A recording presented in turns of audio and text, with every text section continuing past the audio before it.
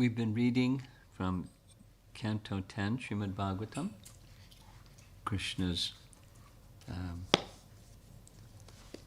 pastimes. Chapter 11 was Krishna's childhood pastimes, and chapter 12 is where we've just begun.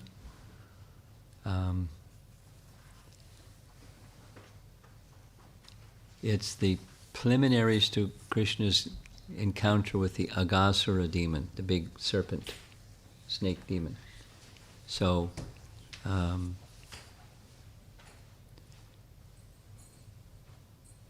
the focus here goes to the land of Vrindavan, Krishna's childhood with taking care of, because it's still calves.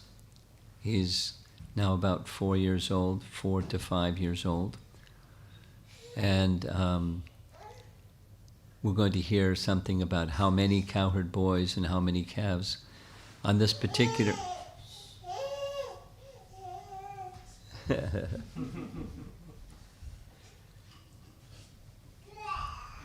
the chapter open, we're on verse 2 from chapter 12. And verse 1 explains that on the previous day, Krishna informed the cowherd boys, guess what? Tomorrow we're going to do something different.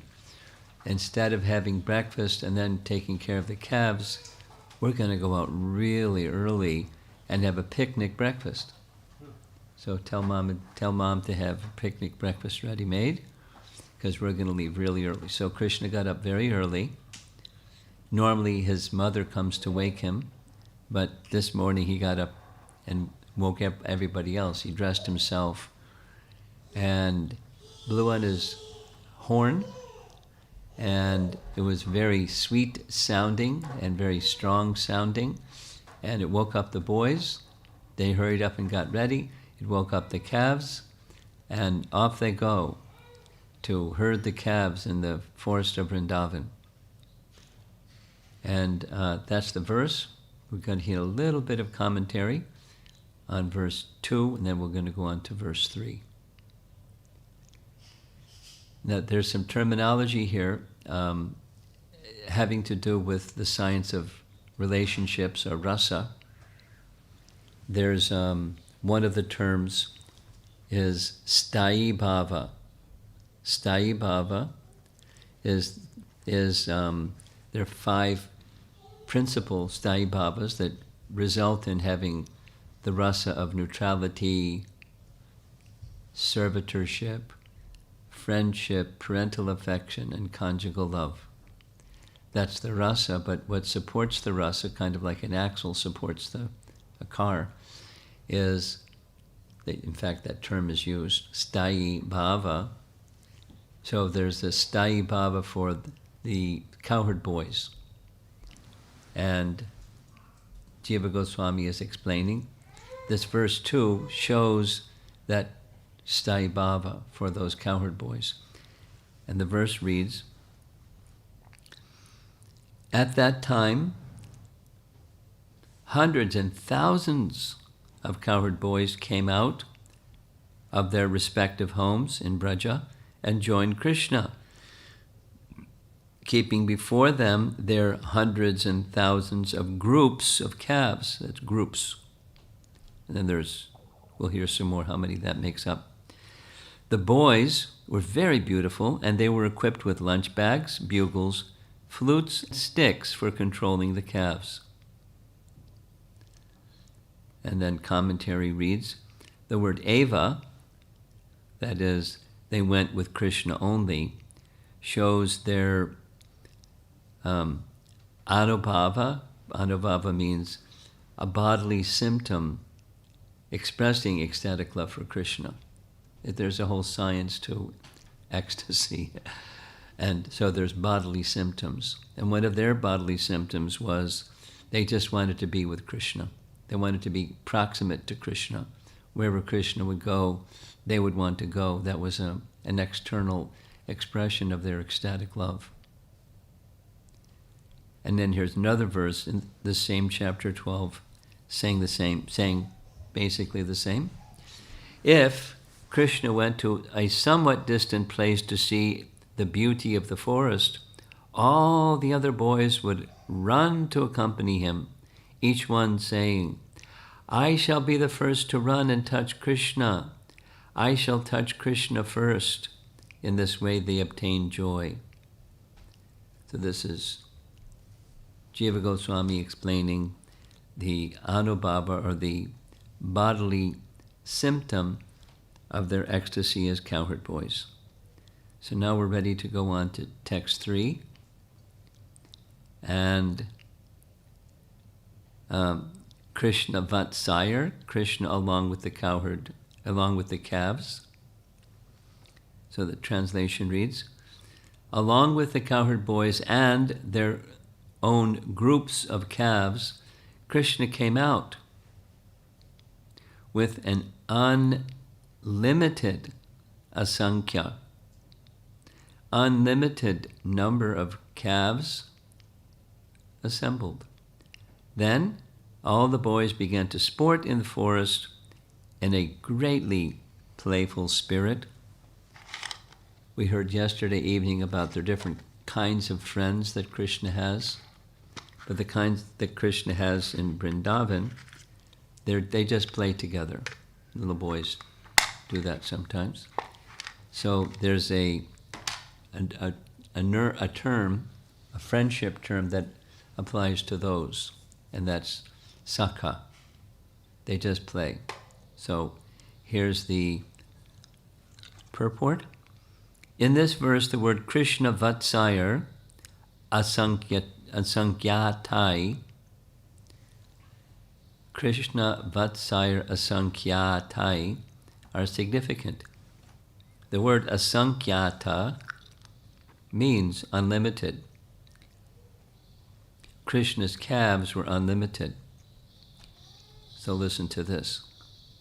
We may speak of hundreds or thousands, tens of thousands, hundreds of thousands, millions, billions, trillions, 10 trillions, and so on. But when we go further to speak of numbers impossible for us to count, we speak of unlimited numbers. Such unlimited numbers are indicated here by the word asankyatai. Krishna is unlimited. His potency is unlimited. His cows and calves are unlimited. And his space is unlimited. Therefore, he is described in Bhagavad Gita as Parabrahman. The word Brahman means unlimited, and Krishna is the supreme unlimited, Parabrahman.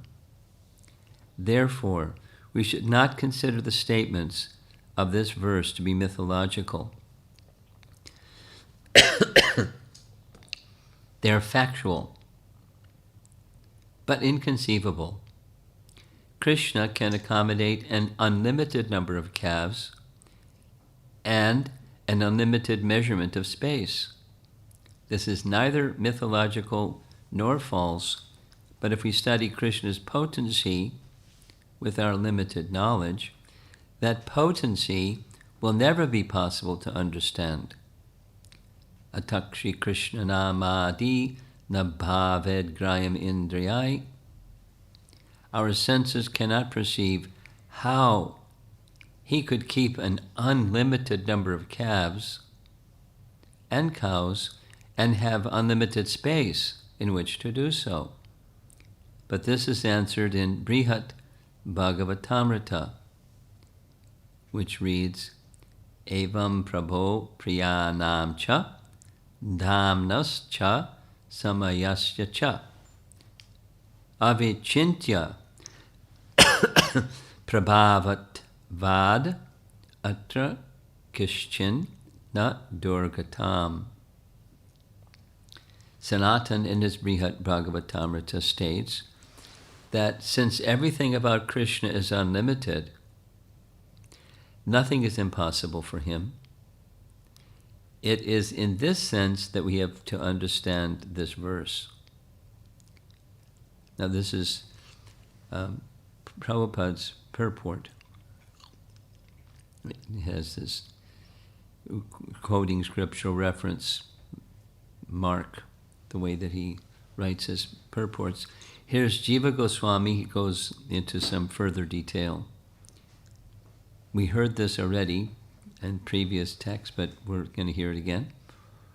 The number of Krishna's calves was the number asankhya. There's a commentary called Kshira Swami, which says, a prayuta is 100,000. Now, normally that's also called a lakh. 100,000. And an arda is 10 million. So you just multiply a prayuta or a lakh, and you get by 100, you get arbuda. 10 multiplied by 18 times becomes 1 prarartha. We heard that. It's 17 zeros with a 1 in front. Then swahatam means multiplied by itself. So prarartha times 1 prarartha times 1 prarartha times 1 prarartha is 1 asankhya. Not plus, but times. 17 zeros times 17 zeros times 4 times. That's, you get to the point where you don't count anymore.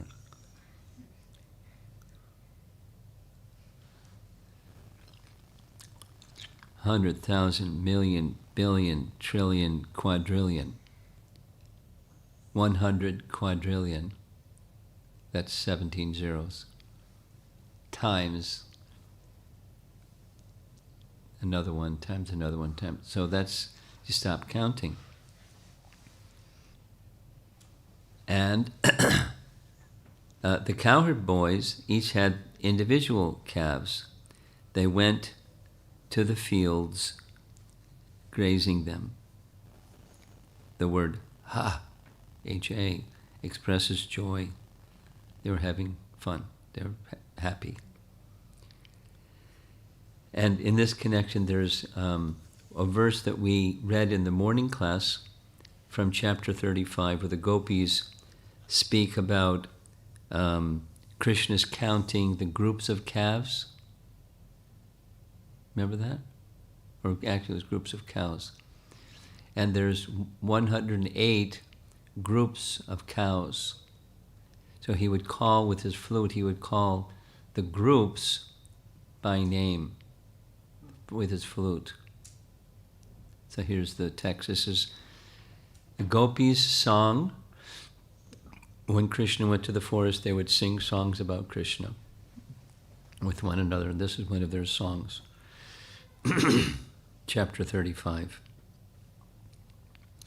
Now, Krishna is standing somewhere, counting his cows on a string of gems, calling them with his flute. He wears a garland of tulsi leaves that bear the fragrance of his beloved, and he has thrown his arm over the shoulder of an affectionate cowherd boyfriend. As Krishna plays his flute and sings, the music attracts the black deer's wives. Did we discuss this? On the side of Govardhan Hill, you'll see what looks like a cross between a cow and a deer. In the local language, they call them Nilagai. Nila is black. They're black cows or black deer. They're still present in Vrindavan, common in certain parts of Govardhan Hill. And they're very shy. They stand and look at you. And then another 2 or 3 come and they stand and look at you, and you're looking at them like, wow, look at those guys. And then they quickly run like deer. They don't move like cows, they move quickly. So, as Krishna plays his flute and sings, the music attracts the black deer's wives, who approach that ocean of qualities, Krishna, and sit down beside him. Just like us Cowherd girls, they have given up all hope for happiness in family life. And then the commentary explains. In the later afternoon, wearing a different dress, by playing his flute, he gathers the cows in one place to count them and return home. Quote, this is now another verse. Even the deer are attracted to the flute. What to speak of us, the gopis say. That is expressed in this verse. He holds a string of jewels and counts the cows. He calls out the names of the leaders of the groups of cows using his flute. He counts the groups of cows using colored beads or jewels. Though the number of the cows is unlimited, referring to this verse number 3 of chapter 12, he counts the group leaders, or he shows his skill by counting them all, for the Lord is more intelligent than the most intelligent. He wears a garland made of tulsi leaves, endowed with the fragrance of his beloved, or, imagining that the bees are singing in the garland, they speak with hatred. He is singing along with the garland. What audacity of the garland, the gopis say. He casually places his left or right arm above the elbow on the shoulder of a friend situated slightly lower. That friend is so fortunate to have prema, whereas we are not. He plays the flute in a special way so that our hearts are stolen by that loud sound. The black deer's wives approach. Though they are the wives of the black deer, which purifies the area, they approach Krishna. Grahinya means wives or dearmost women. They have given up their husbands and approach to take shelter of Krishna because he is an ocean of qualities, guna ganarnam. Another meaning is that they are Krishna's wives, Krishna Grahinya. They have given up all desires concerning their houses, vimukta grahasha. Or they have given up their houses. Now these are deer, they don't have houses. Or namely husbands and relatives, and eating food, asha. They give up interest in their houses like the gopis. By mentioning gopika instead of we, they indicate that they are similar to Krishna as cowherd people, whereas the deer, though they are not similar, are still attracted to Krishna. Mentioning the word gopika nourishes the rasa more than the word vayam, which means we, since that is an indirect expression. And we're going to carry on one more verse, text 4. Although all these boys were already decorated by their mothers with ornaments of kacha, gunja, pearls and gold, when they went to the forest, they further decorated themselves with fruits, green leaves, bunches of flowers, peacock feathers, and soft minerals. Now there's a whole thing here about minerals. Vishwanath writes, though the boys were ornamented by their mothers with crystal and gunja seed beads, when they went to the forest, they ornamented themselves with forest fruits and flowers. Jiva Goswami writes, 7 verses describe the playing of the young boys. Stavaka means flower clusters, and manaha means flowers. Ornaments made of crystal were attractive to the boys because they could not be distinguished from valuable gems. The boys took gunja berries growing in Vrindavan out of curiosity, and their mothers strung them into necklaces. Sometimes mukta, or pearls, is also seen.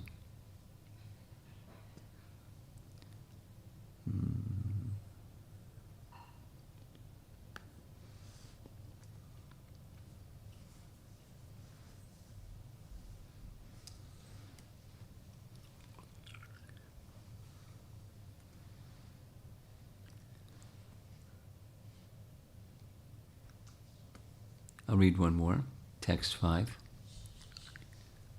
All the Cowherd boys used to steal one another's lunch bags. When a boy came to understand that his bag had been taken away, the other boys would throw it farther away to a more distant place, and those standing there would throw it still farther.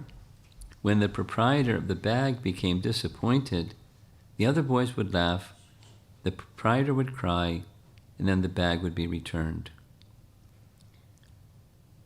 Now, I'm sure you've seen that beautiful painting of Madhumangal. And it's his lunch bag that's been stolen. We can tell because he's wearing his Brahmin thread, a little chubby.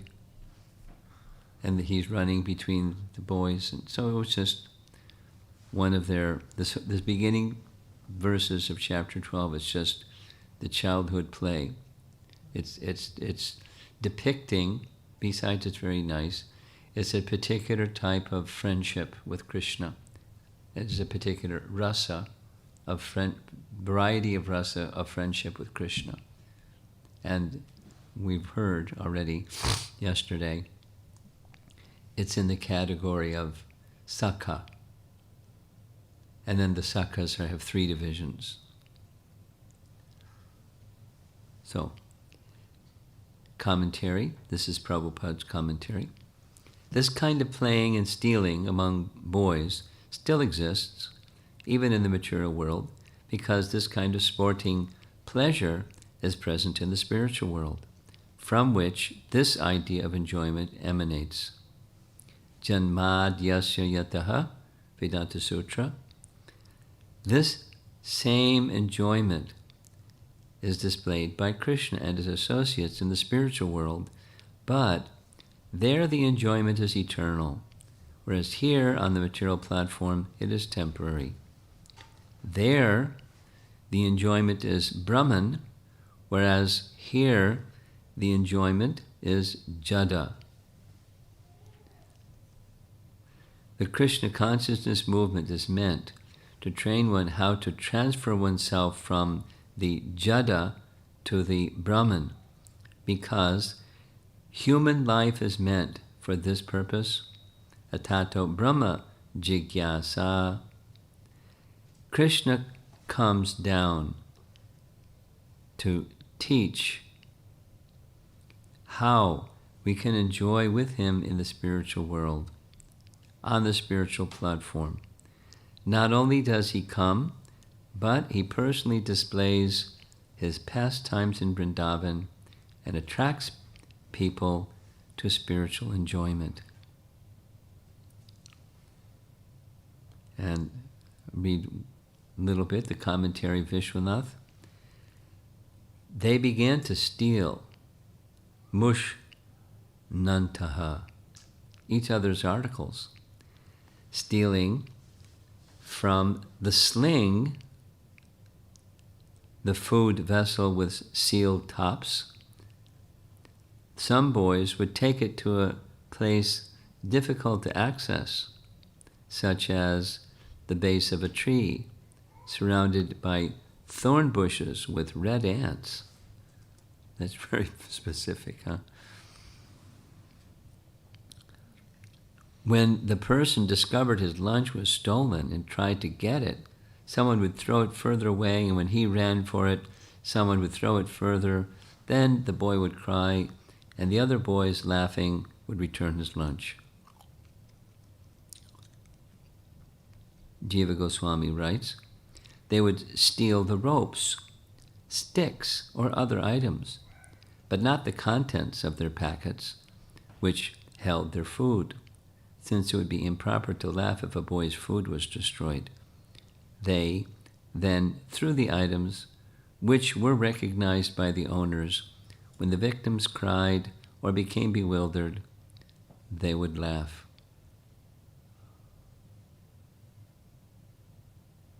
In another commentary, reads, the Cowherd boys used to steal mushnantaha, each other's articles. One boy would steal another's food container, take it to a distant place, hide it under a tree surrounded by thorn bushes and red ants. When whose lunch bag was stolen tried to retrieve it, the other boys would throw it farther away. And same.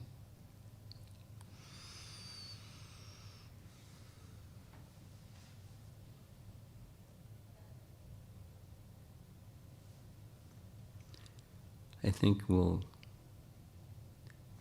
let's read one more. This is a commentary connected with chapter 14. Now we're reading chapter 12, and chapter 14 is Brahma's prayers. Brahma's prayers. After Brahma stole the calves and Cowherd boys and put them in the cave, and he came back to see what would Krishna do, and he saw the Cowherd boys and the calves. So he was bewildered. He went back to the cave, and they're in the cave. Went back, and there they were having lunch. And then Krishna made this display of all the universes and forms of, and all the potencies and prayers in a big cacophony of sound. And then poof, they all disappeared. Prayers. You familiar? Okay. So it's from the prayers section, chapter 14, summarizing that whole, says, any person who hears or chants these pastimes of Lord Murari, which he performed with his Cowherd friends, the killing of Aghasura, the taking of lunch on the forest grass, the Lord's manifestation of transcendental forms, and the wonderful prayers offered, is sure to achieve all his spiritual desires. Now the commentary goes right to chapter 12 again. The words suhridbihi charitam, or pastimes with his intimate friends, refers to pastimes like this one, described in Srimad Bhagavatam, which is our verse. All the Cowherd boys used to steal one another's lunch bags, etc. When a boy came to understand that his bag had been taken away, and they would throw it further and further, and then he would cry, and they'd return the bag. It's just pastime. Vyak te tarad means supra-mundane or transcendental. The phrase ajoru abhishtavam can be broken down as Aja, Lord Brahma, Uru, elaborate, and abhishtavam, the offering of prayers. Anyone who hears or chants Brahma's comprehensive prayers about Krishna's transcendental form, his playing with the Cowherd boys, killing of Aghasura, and eating with his friends in the forest covered with lush grass, will have all his desires fulfilled.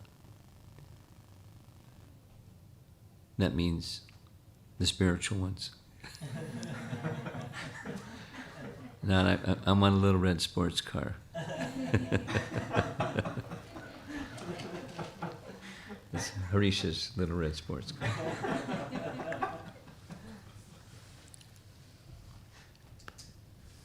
And so he's hearing all these so he can get,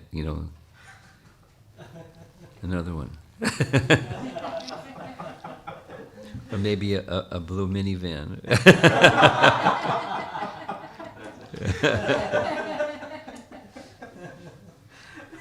or Om Jaya Jagadisha Hare.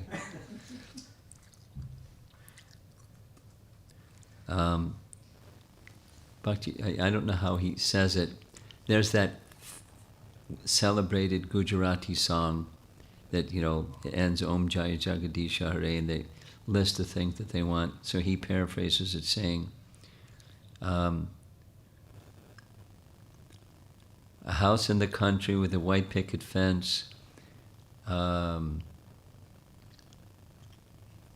something. Castle by the sea. Huh?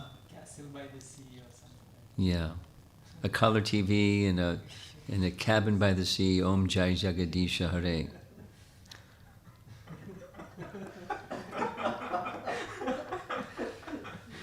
So, will have all his desires fulfilled means the spiritual one. Spiritual ones.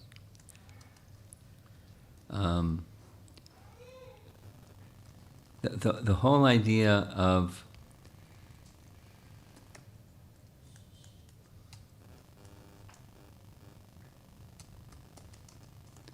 I didn't do this properly. The whole idea of hearing Srimad Bhagavatam is these two things. Cleansing our contaminated consciousness. In contaminated consciousness means forgetful, we're covered by illusion, and in that covered by illusion condition, we accept non-reality to be reality. We accept the temporary to be who we are, the covering is to be who we are, and there's forgetfulness of who we are, and who is the center of everything, and the position of ultimate happiness. We forget all those things. We look for the other kind of happiness and find ourselves disappointed and so forth. So there's potency in Krishna's name and Krishna's form and the topics about him that are cleansing, purifying. And so there's the cleansing part and there's the awakening part. And specifically, because of the detail, this is giving us the earlier chapters. We're focusing on parental affection. Chapter 8 through 10. 8, 9, 10. It's 9 and 10, that's the Damodar Lila.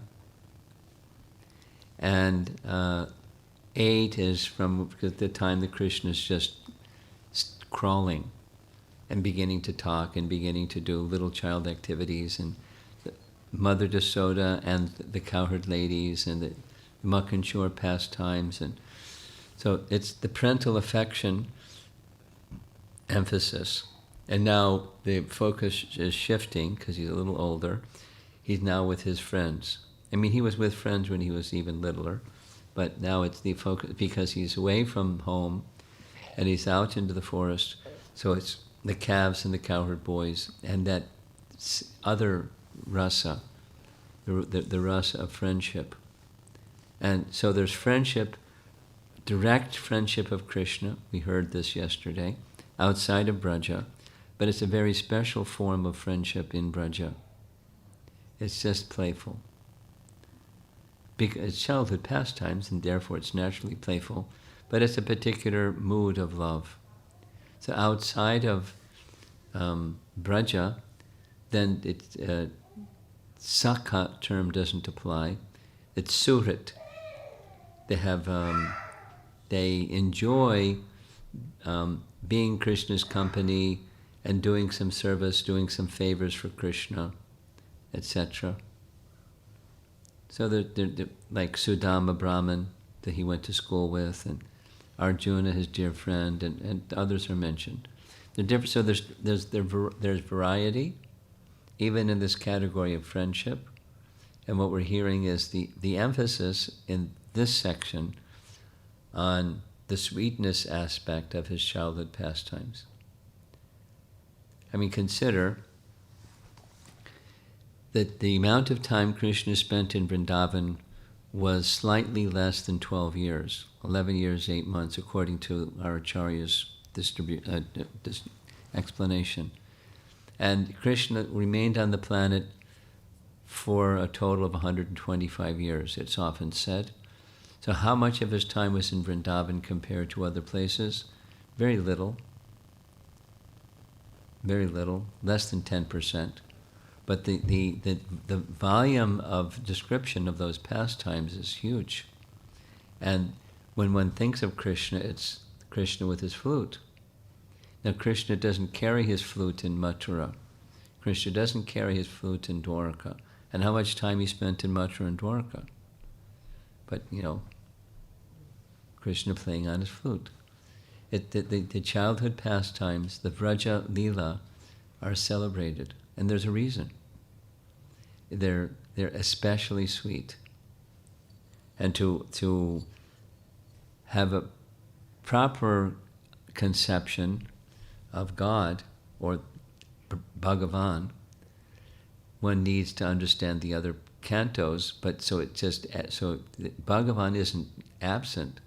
It's not just a little boy playing, it's the personality of Godhead playing or engaging with his parents like a little boy, or engaging with the young gopis like young boys and girls would do. But the material picture is the perverted reflection, the temporary manifestation from which the original comes.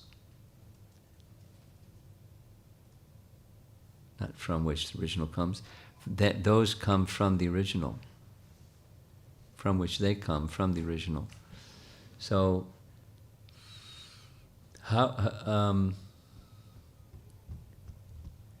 how we got in this situation is an interesting question. But while we're in the situation that we're in, the covered situation, how are we supposed to get out? How are we supposed to know what's beyond our capacity to know? The capacity to know commonly is through these two faculties, the senses and the mind. Through seeing something or experiencing with the senses, or taking that sensory data and processing it with the mind and considering maybe this, maybe that, the rational component of our knowing things, through senses and the mind. But transcendence can't be reached by the senses or mind. So we'll remain forever not knowing about transcendence if we just rely on the faculties of the senses and the mind. We'll never know who we are. What to speak of God and our relationship with Him. We'll never know. So the means of knowing is through the Vedas, that Shabda Pramana. And of all Shabda Pramana, this Bhagavad Purana is said to be the super excellent Pramana. There's a whole discussion on how that statement is derived. It's what we're doing is very special. I mean, it helps spiritualize the other activities of our lives, that is, the cleansing and the awakening of our dormant Krishna consciousness.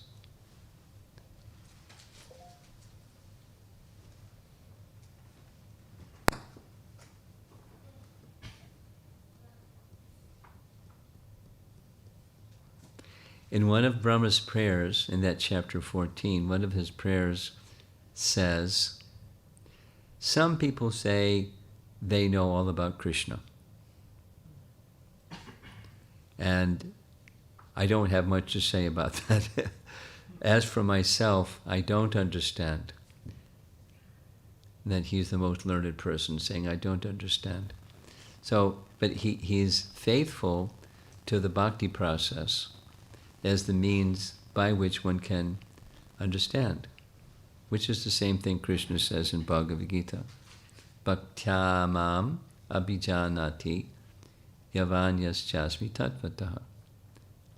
To know Krishna tattvataha, or in truth, the means is the means of serving him, bhakti. So there are people that are not born in India that don't know anything about Krishna. There are people that are born in India think they know all about Krishna. Brahma says, as far as I'm concerned, they can say like that, but I don't understand Krishna. Because the understanding of Krishna is accessed through bhakti.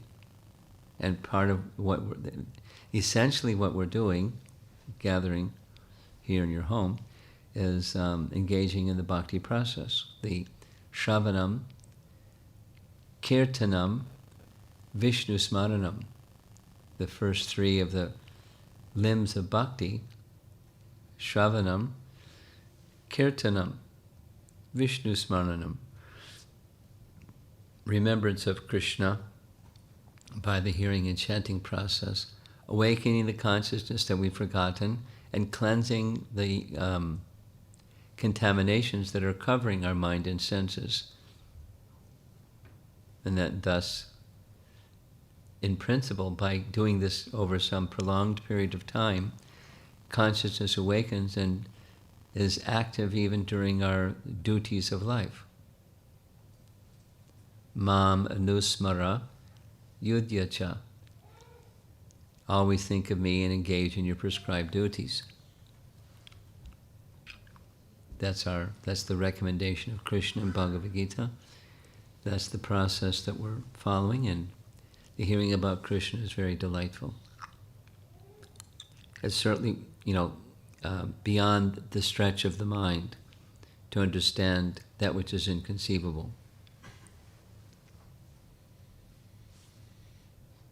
But the potency of the inconceivable is presented within the Bhagavatam.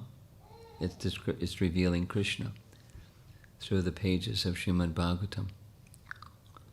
And the relationships that he has of different categories. In this case, it's the Sakhas, Krishna's dear cowherd boyfriends. And the calves. They love him and he loves them, and they're enjoying playful activities together. And he enjoys those playful activities, and they enjoy being with Krishna with playful activities. And there's a lot of them. Lots of room for more too. Okay, so let's see if there's some discussion. Yeah.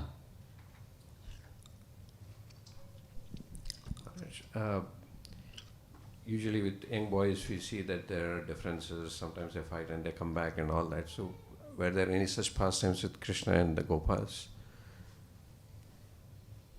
What's your question? Were there any pastimes with Krishna and his friends? We're reading them. We're reading. Where they kind of differ and then they come back. We just read one. The lunches and the other articles. And Okay. there's more. Just stay tuned. It's more. They wrestle. They do, they play. We're going to hear. Then some get upset, and it's not always they upset each other and then laugh and then they carry on like it never happened. That's part of children's play, but there's all kinds of other things.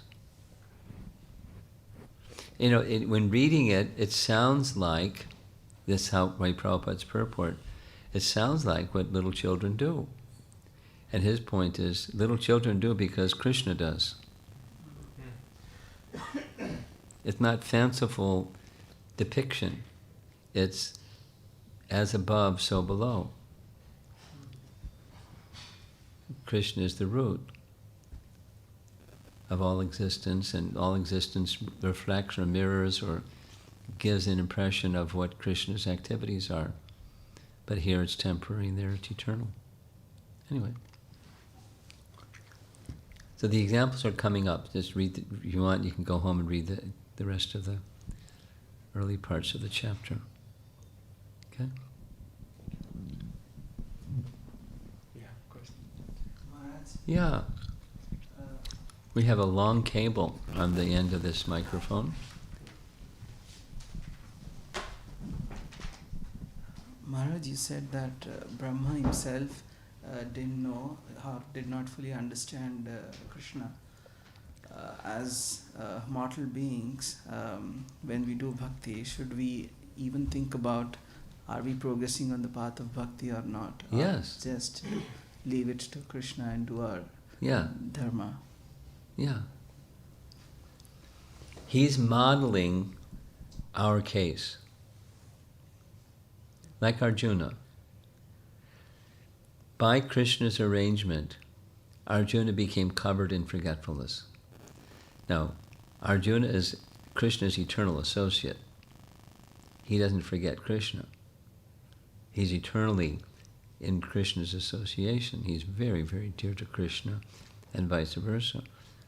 But for the purpose of speaking Bhagavad Gita, Krishna covered him in forgetfulness, so that he had to ask all kinds of questions and get the forgetfulness removed. So with Brahma's situation here, it's quite similar. He's modeling like one of us. Now the situation is quite different. He's in Braja, and he saw what he saw, the forms of Narayan and all the universes and all he saw what he saw.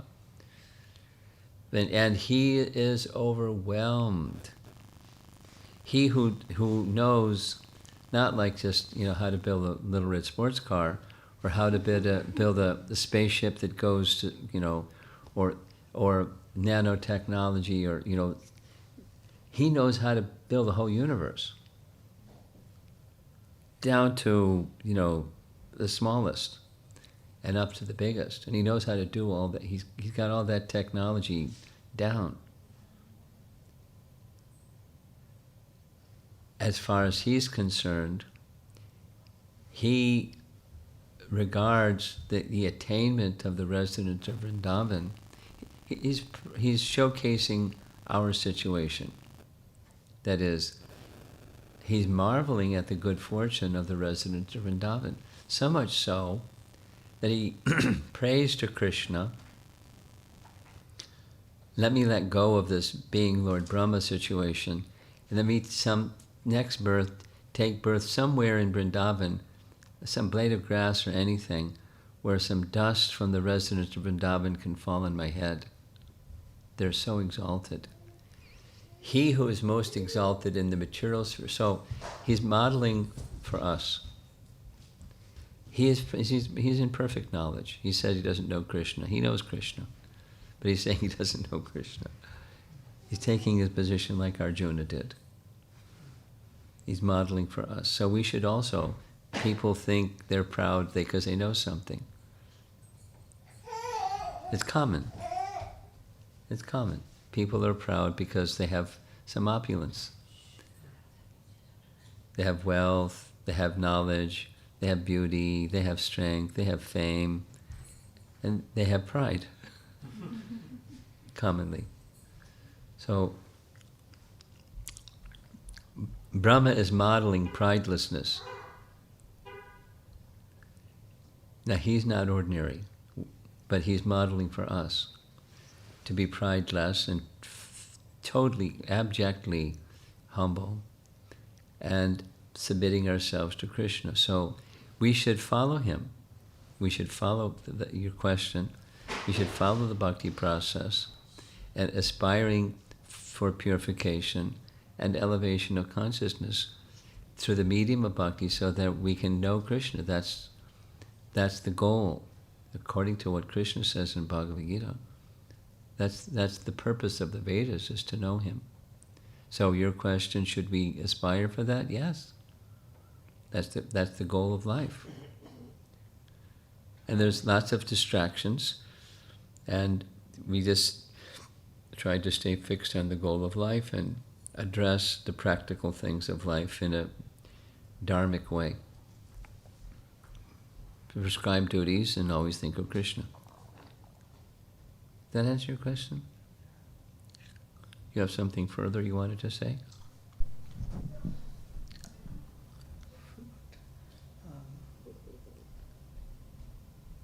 So, should we, how do we evaluate that we are progressing on the path of bhakti? Nice question. Bhakti parishanubhavo viraktiranyatra cha. It's a nice verse from the Bhagavatam that makes a comparison. He put it really simply first. Bhaktivinoda Thakur says two things: attraction for hearing about Krishna, detachment from the things that are, enjoyment of things temporary. Slackening of that one, increasing of the other one. That's a barometer, litmus test. The verse in the Bhagavatam says there's three symptoms. A desire to be in service to Krishna, the service mood to Krishna, because we're serving somebody, so many things, our boss and our wife and our child and our country and our community and our this and our that. We're serving. So service to Krishna becomes awakened. That service disposition gets reposed upon Krishna. Then para isha anubhav, we heard this word anubhav in this morning's reading, evening's reading. Feelings for the object or the person of our worship. Some feelings. And viraktir anyatra cha. Other things, they start to fade. I mean, we may do them and be responsible and so forth, but looking for happiness in those things, it subsides, it just diminishes. So, desire to be direct servant, three things. Symptoms of making progress, is your question. Desire to be in service to Krishna. Like, Balaram's appearance day is coming, and then Krishna Janmashtami is coming, and one is looking forward to Balaram's appearance and Krishna Janmashtami, and I really would like to have a nice experience, do some little service for them, whatever that might be, or be in the association of others who are joyfully participating and celebrating Krishna's appearance. And one looks forward to that, and to do some service in that way. So, bhakti arises, wanting to be in service. Feelings for the person, the object of service, and detachment from temporary. Those are signs. How are we doing online? One question. Okay.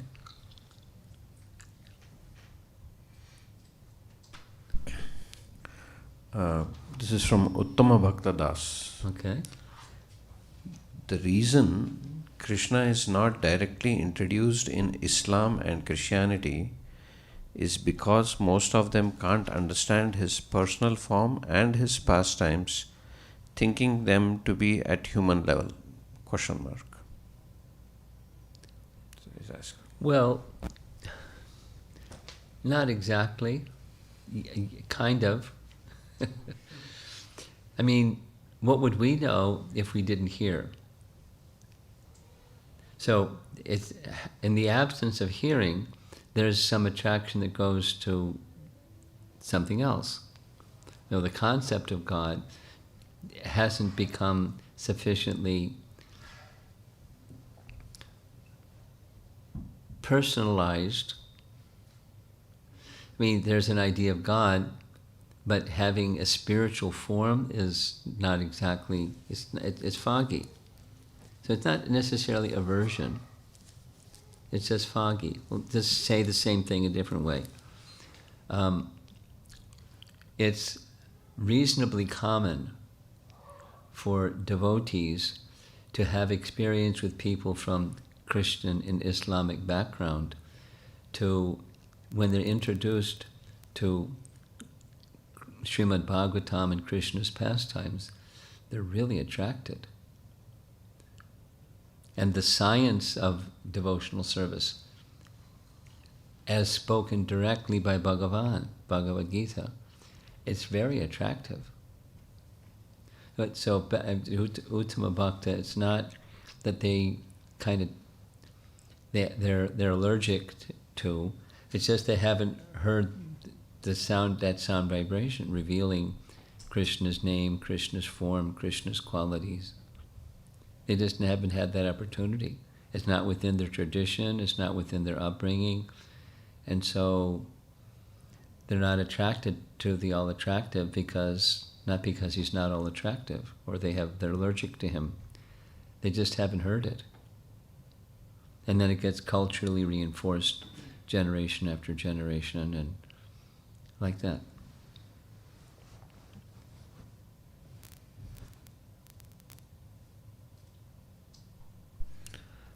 One more question from Matthew Mefford. How much engagement in this world should Could you turn the volume back up again? Go ahead. How much engagement in this world should we endeavor to do duties that are not specifically devotional? Well, and let me ask his question back to him. Is there something that you can think of that is a duty that can't be a duty that you do in connection with Krishna?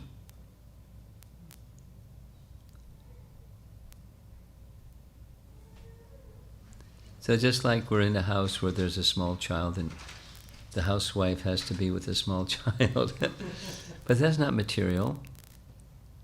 Being a mother, it can be material or it can be spiritual. Depends on the consciousness. Or take anything else that's a duty, and it can be Krishnaized. That's our basic principle.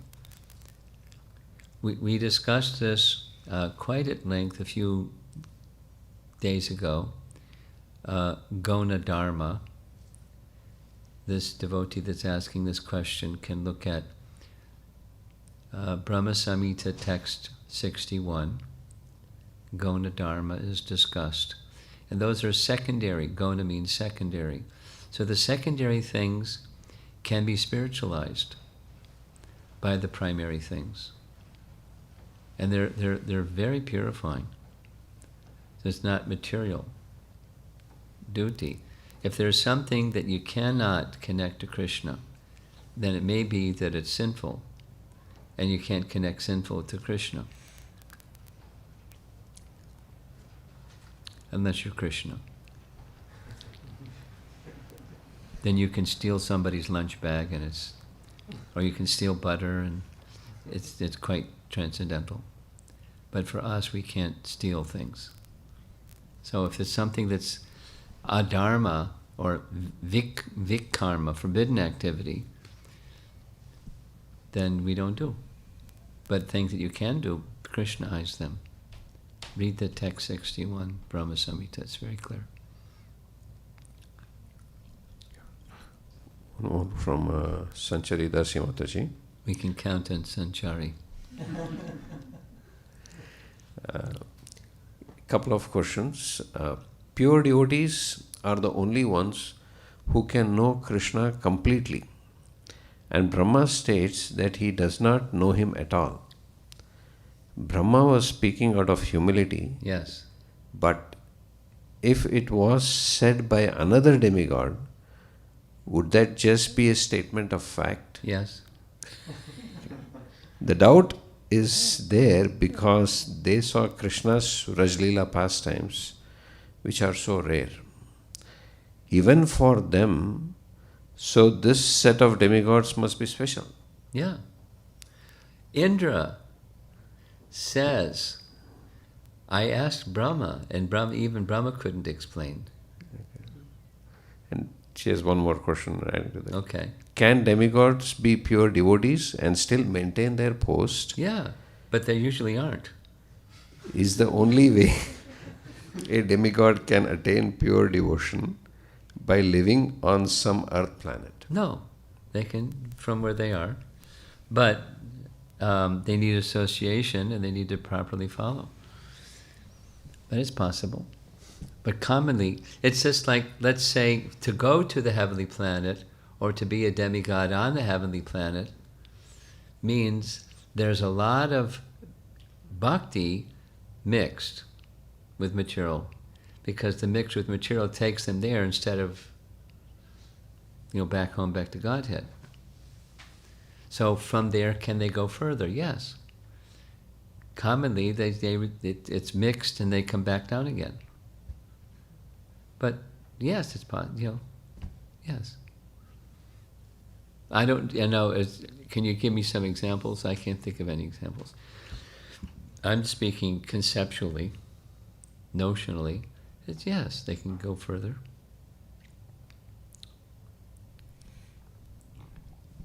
Anything else in the room?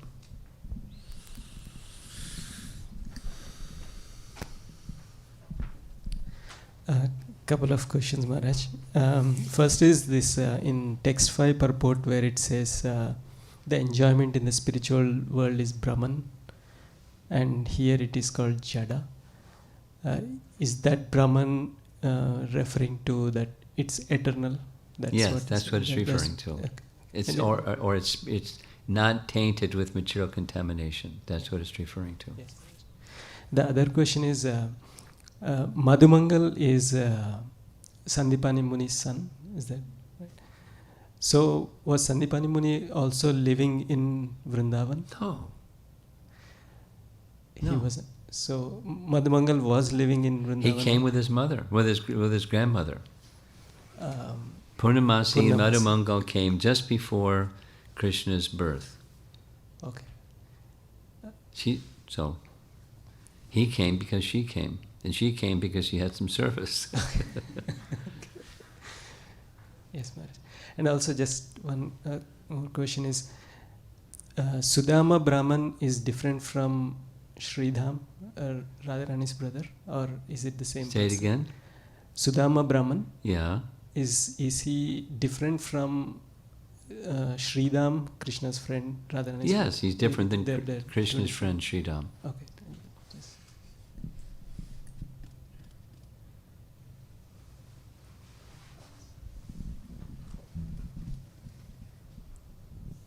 You have something? Yeah. Go ahead.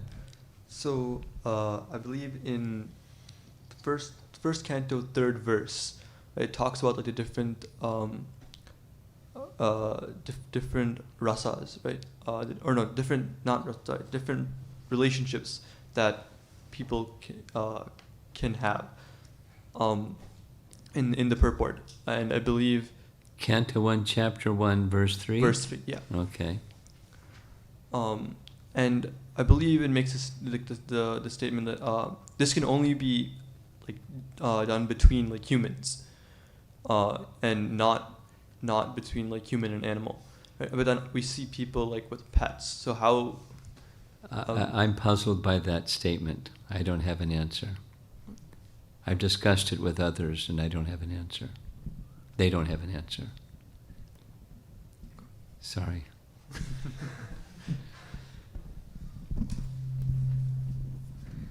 Maharaj, might be a dumb question, but checking it out.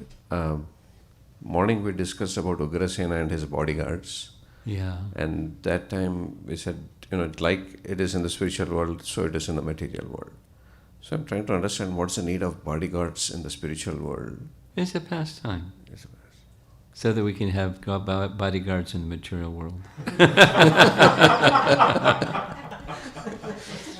The bodyguards were soldiers, and it's for protection. The king has, he protects, and he has his protectors that help protect. Okay? Soldiers. Kshatriya. Function. So one more thing related to that, Maharaj. is when we heard about Krishna's pastimes and everything, it was like in the spiritual world, Krishna is the king. No. No. In the spiritual world also Krishna is not the king. He's a little boy. Okay. Ugrasen is the king. We had this discussion yesterday. He's the king. Krishna isn't the king. He's regarded, everyone goes, yeah, whatever Krishna says. But he's not the king. He's the supreme person. He doesn't have to be the king. He's the king of kings, but he's not the king. Thank you, Maharaj. Para-Brahman. Anything further? We're done. You have something further? You sure? Okay. Does Mataji have any questions? Prabhupada ki jai.